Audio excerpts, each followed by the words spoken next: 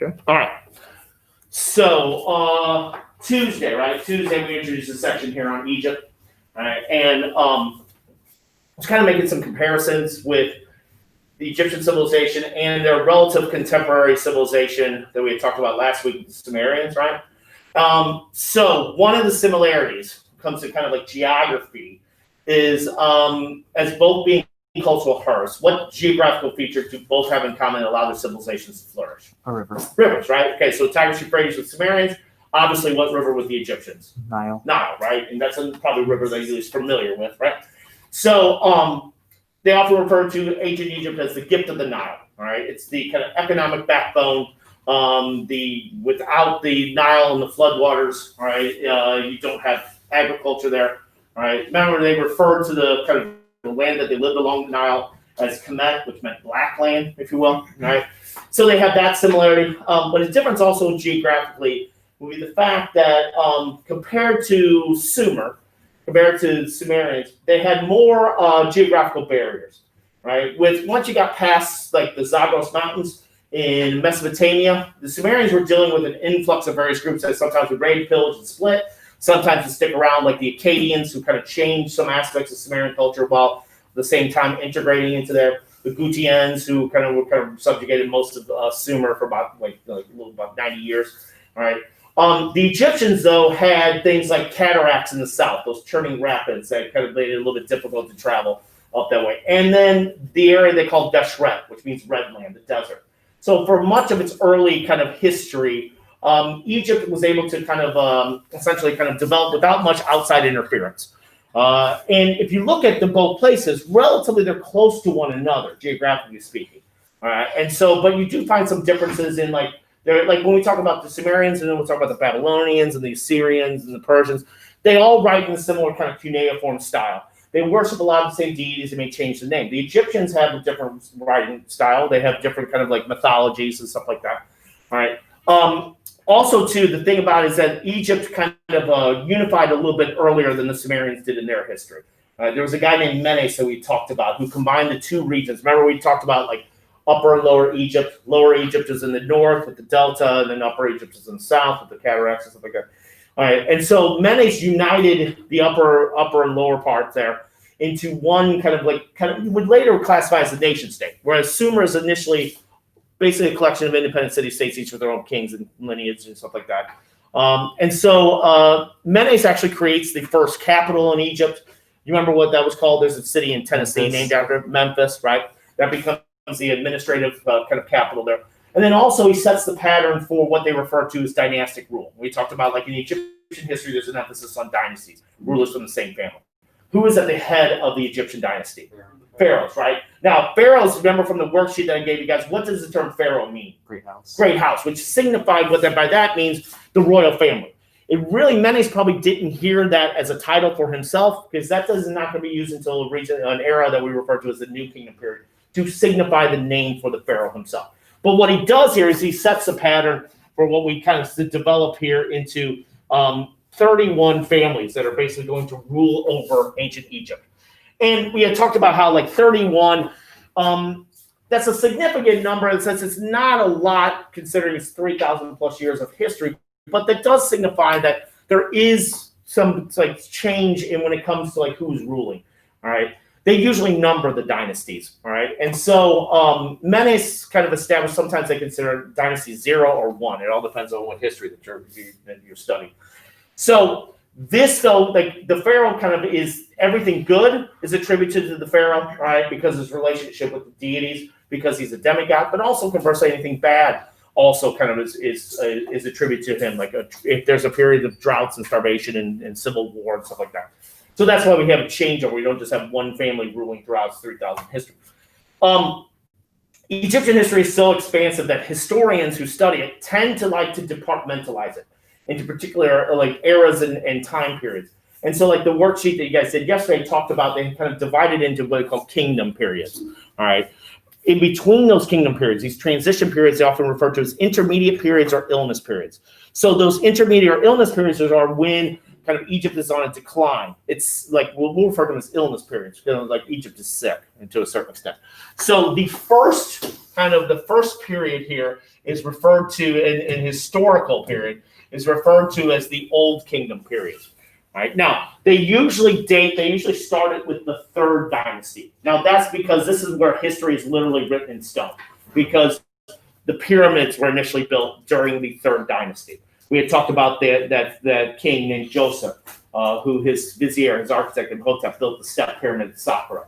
All right, it's the fourth kingdom where they really kind of see the golden age of pyramid building, with initially Snefru, who had built a couple pyramids. One, it was basically kind of like, it was flawed, called the Bent Pyramid.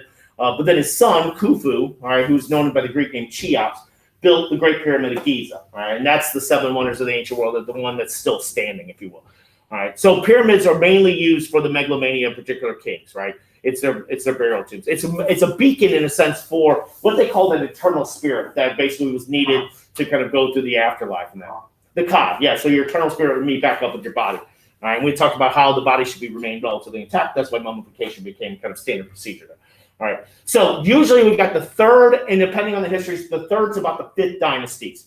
All right, things are kind of relatively kind of cohesive here.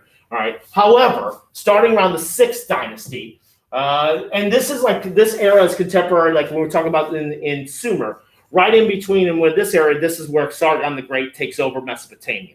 All right, so this is like to kind of give you an idea of what we're kind of talking about. And so what ends up happening around the sixth dynasty, all right, we start to see the first intermediate period, or what they say the first illness period. And so this is roughly about 100-year period. This is where they believe that this was probably sparked initially by climate change. What we're meaning here is that the consistency of the floods that were needed to kind of replenish the soil, we start to see, for whatever reason, they're not coming consistently. And as a result, the crops aren't coming. All right. As a result, we see famine, we see drought, starvation, and then civil strife. All right. So we have, within this 100-year period, 4 dynasties. We see a change of kind of like leadership that occurs in Egyptian history. That's a lot. That's relatively quickly here. All right, so this leads to like a little bit of civil war. The central power of the king is replaced by, in certain cases, priestly class. Certain places, what would like they in certain like kind of communities, you have these governors that were essentially kind of like nomarchs that we had talked about that had a little bit more influence here. All right, so this 100-year period gives way when we usually talk about the start of the 11th dynasty. All right, that guy that was mentioned in the article, Menhotep II. All right, who's considered the first of the what they refer to as the Middle Kingdom. All right, he's the founder of the 11th dynasty. All right, and so the Middle Kingdom period, we see a couple things change. One, the capital is moved, all right, to essentially where it's the ancestral home of the 11th dynasty, a place called Thebes. And in Thebes is also where we start to see the cult dedicated to the god Amun. And so the god Amun is going to basically kind of like be kind of ascended to a higher position here during the Middle Kingdom. Also, to the concept of an afterlife is extended not just to the pharaoh and his families, but to commoners. Now, this was an attempt to kind of create a social contract, if you will. All right, so this is coming out of a period where we have lawlessness, we have violence and such. So this is similar, like in the idea of Judeo-Christianity, all right, to this kind of tradition. If heaven and hell, right? If you're a good person, you go to heaven. If they're a bad person, chances are you go to hell. Okay. So for the Egyptians, the idea is that when you go through, we start to see this these trials going through the underworld was this theory in these funerary texts that start to emerge. The last trial is in which your heart is weighed against a feather that represents a concept called Mat, which was stood for truth and justice and order, basically doing the right thing. So if your heart is heavier than that or lighter than that feather, then you're a good person, right? And you're basically your ka, your body will meet back up. All right. That's why, like when people were mummified, they would take like their organs and put them in conical jars. The heart was an important organ. Mainly, they believe that's where not only was your kind of ka resided, but also your intelligence, right? And so if your heart was heavier, though, meant you did some bad stuff. All right, and your heart would be devoured by this kind of like this beast that was like a cross between a crocodile, a lion, and a hippopotamus, and your ka would wander eternally. All right, to them that was a bad thing. So by creating this idea that you give people an opportunity to basically state how you behave on the here and now will have ramifications whether you make it to the afterlife, was a way to create a social contract, so to speak. And it was a reaction to coming out of kind of a lawless period of the first illness period. All right, so it's usually we're talking about essentially like the 11th dynasty up until about the 14th dynasty. All right, we see kind of Egyptian kind of rule here. Then we start to see, and this is an example of the kind of the temple structures here at Thebes. All right, we start to see. Let's see. I'll move here. The emergence of outsiders coming in, starting around about a little bit before this, but towards the tail end of the Middle Kingdom period, Egypt became, particularly Lower Egypt, became like the land of milk and honey. There was a number of kind of groups that would come down to Egypt from the Levant area, stretching from like Palestine, Israel, up into like Syria and places like that. If there was a drought in their area, all right, so they would come down there. All right. One of these groups kind of outstayed their welcome, all right, and the Egyptians referred to them as Hyksos. All right, now the Hyksos, this is a name that means rulers of a foreign land. They actually established the 15th dynasty in Lower Egypt at a place called the Beres. They essentially ruled over Lower Egypt. All right. And so for about 70 years, they were dominating northern Egypt. Now, the name Hyksos indicates, the Egyptians kind of consider them hillbillies. All right. All the histories about the Hyksos come from Egyptian chroniclers. So the Egyptians could look at them and say, what have you produced? Look, we built these massive structures. We have this kind of extensive culture and stuff like that. All right. But the Hyksos did introduce two important things to Egypt, all right, in their time. One was the chariot, which becomes the backbone of kind of like transportation in the Egyptian military. And the other one was bronze. All right. They basically brought with them bronze tools and weapons that the Egyptians kind of emulated. All right. And so the kind of Bronze Age in Egypt is a little bit later than we have in Sumer, like 1,500 years, like later. All right. And so we see in Upper Egypt, we see kind of like competing dynasties start to emerge. The 16th and then the 17th dynasty. With the 17th dynasty, we start to see a lot of pushback against the Hyksos. All right. The last pharaoh of the 17th dynasty is a guy named Kamos.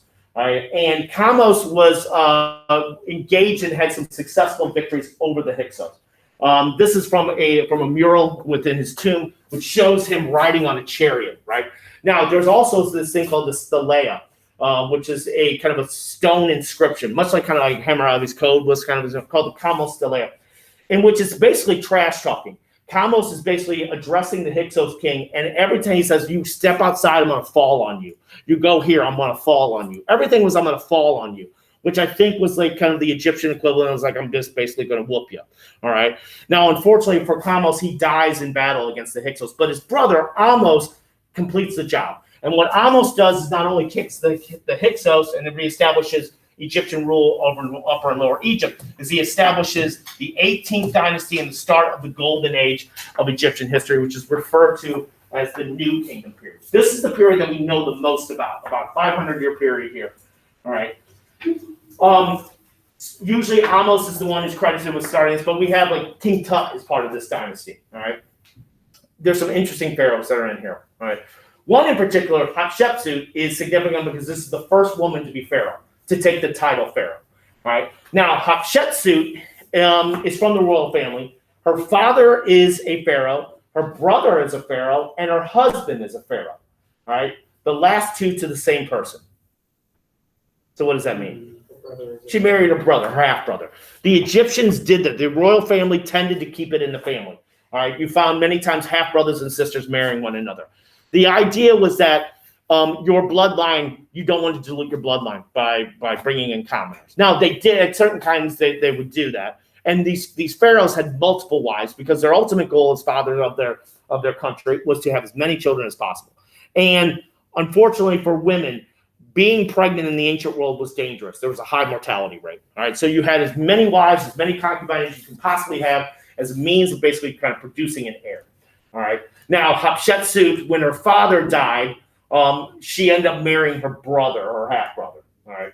Now, when he dies, all right, he has another son from a minor wife that she ends up usurping, meaning that she just basically took over before he was kind of ready to become pharaoh. All right. So I'm going to play this short video that talks about Hatshepsut and kind of her exploits, if you will. All right. It's only about 5 minutes.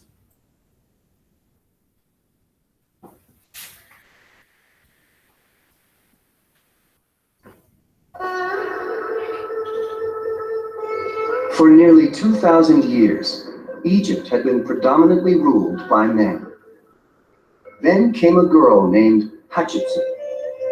She was the daughter of a king and the wife of a king. But that wasn't enough for Hatshepsut. She wanted to be king herself.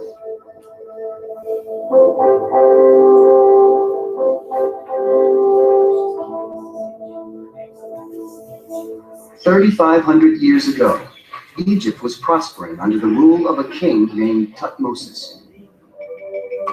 He had the qualities of the strong Egyptian leaders who came before him. He was a builder of monuments, a great warrior, and he was a man. But inside his palace, he faced hard times. Thutmose had fathered several children, most of whom died early in life. One who survived was a girl named Hatshepsut. When the girl was only 12 years old, Thutmose died, leaving Egypt without a king. In order to carry on the royal lineage of Thutmose I, Hatshepsut married her half-brother, Thutmose II, making him the new king of Egypt, and the 12-year-old Hatshepsut, the queen.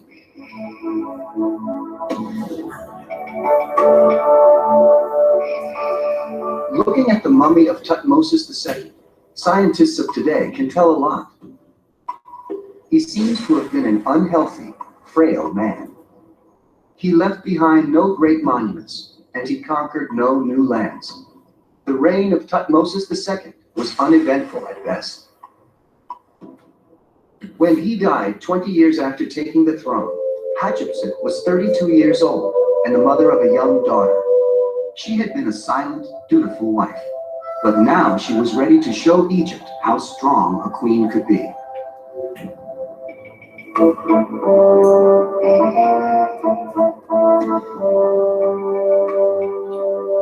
Like great male leaders before her, Hatshepsut immediately began building a temple where she could be worshipped after her death. Dear El Bahari, no queen had ever done such a thing.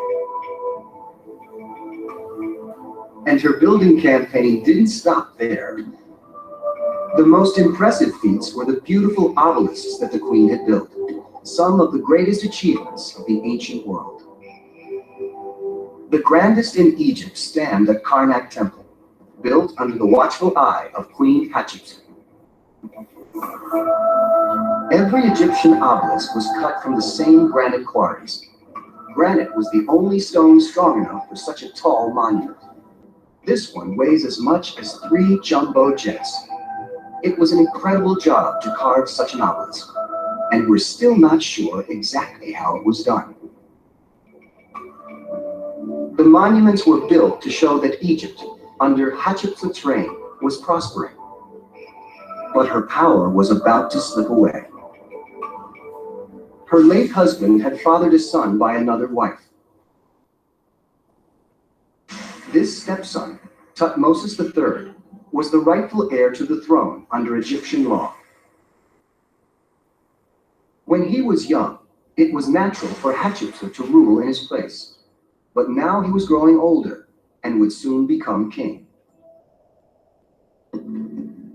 What the queen did next had never been done in Egyptian history. Hatshepsut had been known by the title, King's Great Wife. But to keep her power, Hatshepsut took a new name, King Hatshepsut. Ancient carvings show Hatshepsut wearing a false beard and a kilt, the traditional outfit of the king. Though she carried on the traditions of the king, even down to the clothes, she didn't try to hide that she was a woman. Even her name, Hatshepsut, means foremost of the noble women. For 21 years, Hatshepsut reigned as king of Egypt, and her reign was successful. She initiated bold trading expeditions, monumental building projects, and there is some evidence that she led Egyptian troops in battle. And that is how the first female king of Egypt ruled until her death. After her prosperous reign, Hatshepsut's name was removed from the walls that list the kings of Egypt. A woman in ancient Egypt was permitted to be a builder, diplomat, and even a warrior, but her reign as a king was to be forgotten. Almost 2,000 years later, much of her life is still unknown, but her monuments continue to stand as a testament to her strength and her strong leadership throughout the land of Egypt. And so this is her funerary temple at Deir al-Bahari. During the New Kingdom period, you found that the pharaohs were essentially kind of building temples in their honor to be deified later.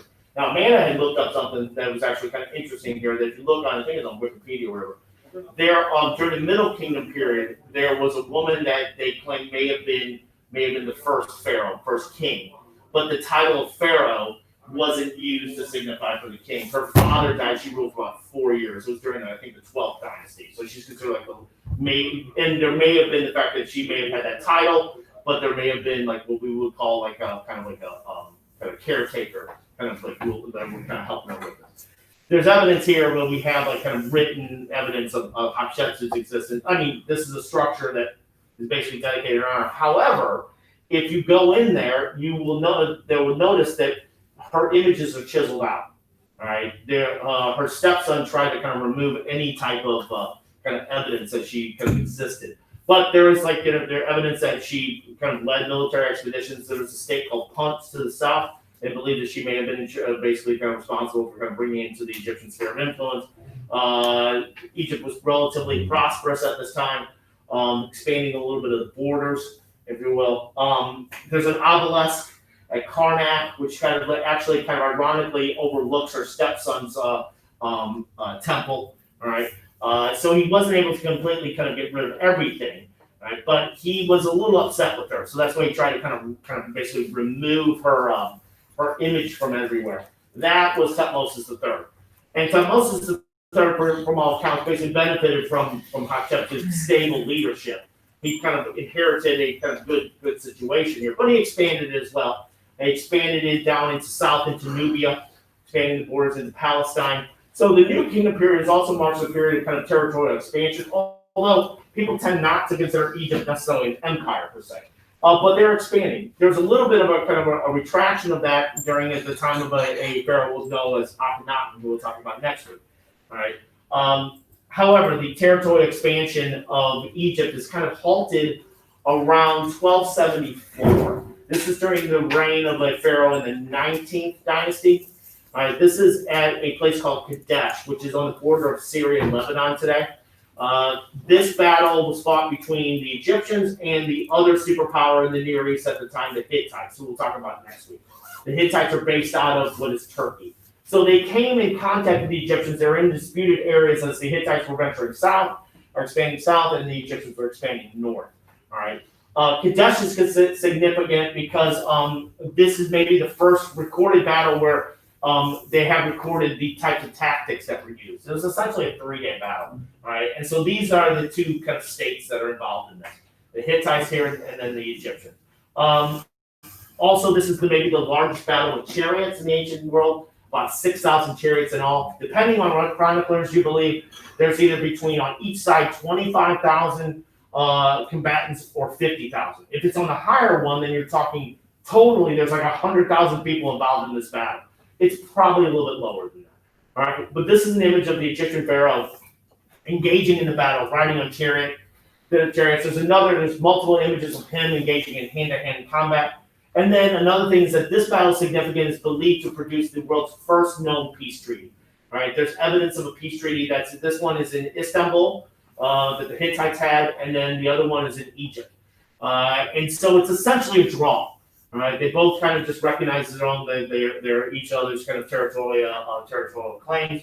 And then the Hittite king, Mutalli II, actually in good faith, gave one of his daughters hand in marriage to the Egyptian pharaoh, right? And that pharaoh tended to collect daughters, and that's Ramses the Great, Ramses II. All right, so he was the pharaoh at this battle, all right, Battle of Kadesh. Ramses is the one that was mentioned in the video who lived into his 90s, literally took that concept of father of his country, literally fathering over 90-something children, all right? Then probably has the most amount of statues dedicated to him. Is probably the greatest builders. Kind of adds more temples to the Karnak, and he builds a temple dedicated to him and his family at Abu Simbel. The Valley of the Kings, where later pharaohs are going to be buried, and kind of pharaohs are going to be taken there to kind of be buried, was built during this period here. He's probably the last great pharaoh, last kind of strong pharaoh, if you will. All right. He's probably the pharaoh that's also in the Bible in the story of Exodus. All right, the timeline kind of matches up here, all right, with the story of Moses. And like the video I talked about, like kind of like with the statues, a lot of times, almost every statue of him, no matter if he's 25 or 85, usually shows him kind of ripped. So he's perpetually in his 20s here. This is what he looks like today. If you made it to the end of the video, they found his coffin with him in it with a few other pharaohs, ironically in a cave right above the city of Korna, the village of the robbers, right? And so they put him in a museum in Cairo that's kind of cryogenically sealed, and a testament to the kind of the craftsmanship when it comes to mummification. Like here's his tuft of hair right here, all right. So that's Ramses, right? This is one of the entrances into Abu Simbel. This is supposed to be Ramses right here. He's kind of hanging out with one of the gods. You'll notice this thing is chiseled out because in the 1800s, 1900s, a lot of people were stealing antiquities, and a lot of them are in museums like in London at the British Museum, the Louvre in Paris, and Germany, Berlin, New York, places like that. And then Egypt has been kind of like asking for a lot of these things back. I don't know if I was talking with you guys or not, but in that video, there's that guy, Dr. Hawass. He was for a long time the head of the Department of Antiquities there in Egypt. 10 years ago, a little over 10 years ago, I guess maybe he was suing the St. Louis Art Museum because if you go in the basement of the art museum, there's an Egyptian coffin there, and then right before you go in the room, there's a funerary mask. Right? He claims that funerary mask was bought from dealers who are basically kind of disreputable, who may have stolen it from Egypt. Now, St. Louis Art Museum has pushed back, saying they have the proper documentation and such.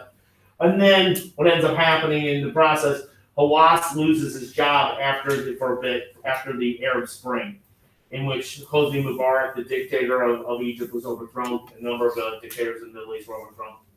This is the other half of one of the sides of Abu Simbel, which shows the pharaoh right here with his main wife. Now, the current location of Abu Simbel is not in its original location. In the 60s, the Egyptian government was building something called the Aswan Dam.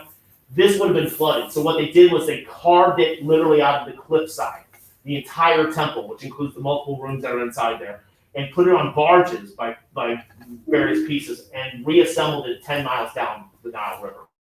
So that was kind of impressive. Right? These are this is a illustration of when the French arrived and Napoleon arrived in Egypt. Napoleon was fascinated with Egyptian culture. That's why at the Louvre in Paris, there's a lot of Egyptian kind of artifacts that are there. But when the Egyptians arrived, when the French arrived in the early 1800s, Abu Simbel was almost covered with living sand. These are the temples in Karnak, and before each of these temples that were dedicated to the various pharaohs, you see these structures which tell the stories of the pharaohs.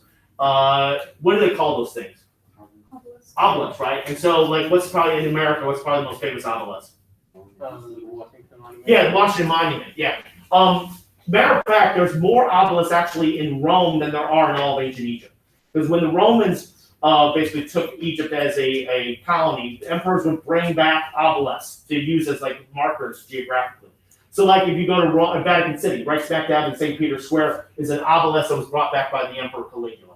All right, and so you'll go and throughout Rome, and they're just basically used as kind of geographical markers, right? However, after the 20th dynasty, we start to see again an invasion of outsiders, of foreigners. The 21st dynasty was actually believed from Libya, but some of the important ones, the 25th dynasty, which was established by the Nubians of Kush, not that Kush, a different Kush, all right? And so for about 90 years or so, we had black pharaohs ruling over ancient Egypt, all right, particularly in Upper Egypt. So the Nubians had essentially turned the tables on the Egyptians.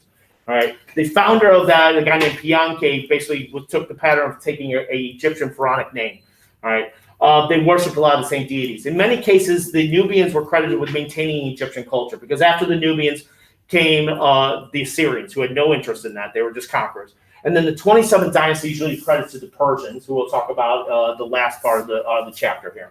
And then in between there, periodically we have some dynasties that we have Egyptian rule again. It's the 30th dynasty, which is considered the last like Egyptian dynasty, because after that, in the kind of 3rd century BC, we start to see the arrival of the Greeks. And the very last dynasty, the 31st and final dynasty, is referred to as the Ptolemaic dynasty. This is named after Ptolemy, who is the general that was Alexander the Great's general, who basically got Egypt after his empire was basically kind of broken up. All right.